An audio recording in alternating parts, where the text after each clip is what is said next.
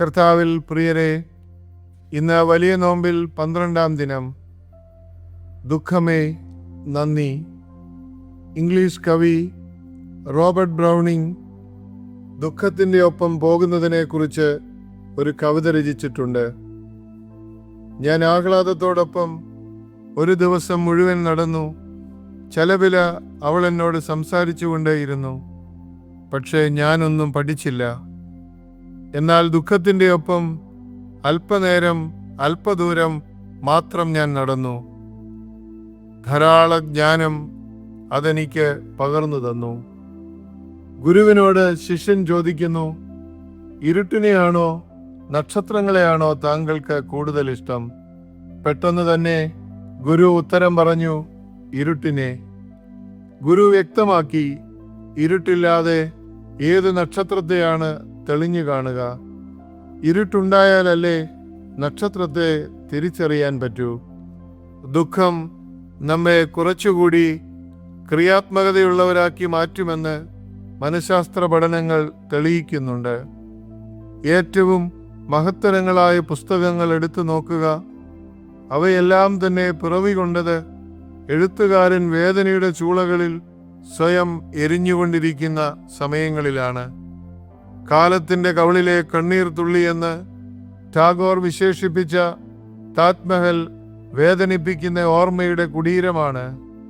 ഇയ്യോബിൻ്റെ പുസ്തകം പോലുള്ള ആഴമുള്ള പുസ്തകങ്ങൾ വേദനയുടെ ആഴങ്ങളിൽ നിന്നും ഉയർന്നു വന്ന ഉണർത്തു ഗീതികളാണ്. വിക്ടർ ഫ്രാങ്കിൾ നാസി തടങ്കൽ പാളയത്തിൽ നിന്നും ഇങ്ങനെ കുറിച്ചു, എല്ലാം എന്നിൽ നിന്നും എടുത്തു കളയാൻ പറ്റും, പക്ഷേ എൻ്റെ സന്തോഷം നിശ്ചയിക്കാനുള്ള ആന്തരിക സ്വാതന്ത്ര്യം എന്നിൽ നിന്നും എടുത്തു കളയുവാൻ നിങ്ങൾക്കാർക്കും സാധിക്കില്ല. ഈ ആന്തരിക സ്വാതന്ത്ര്യമാണ് ദുഃഖത്തിൻ്റെ താഴ്വാരത്തിനെ പ്രത്യാശയുടെ കൊടുമുടിയാക്കുവാൻ ഒരാളെ സഹായിക്കുന്നത്. ദുഃഖം കൈപിടിച്ച് നടത്തുമ്പോൾ പാതാളത്തിലേക്കല്ല, പറുദീസയിലേക്കാണ് ഒരാൾ നടക്കുന്നത് എന്ന ചിന്ത വേണം. ചുറ്റിലും ഇരുട്ടു നിറയുമ്പോൾ ഞാനും നിങ്ങളും കരുതും നമ്മെ ആരോ കുഴിച്ചു മൂടിയതാണെന്ന്. കുഴിച്ചു മൂടിയതല്ല സുഹൃത്തെ, ദൈവം നമ്മളെ നട്ടതാണ്. We are not buried, we are planted. ദുഃഖം നമ്മെ കുഴിച്ചു മൂടുകയല്ല, നട്ടൊരുക്കുകയാണ് ചെയ്യുക.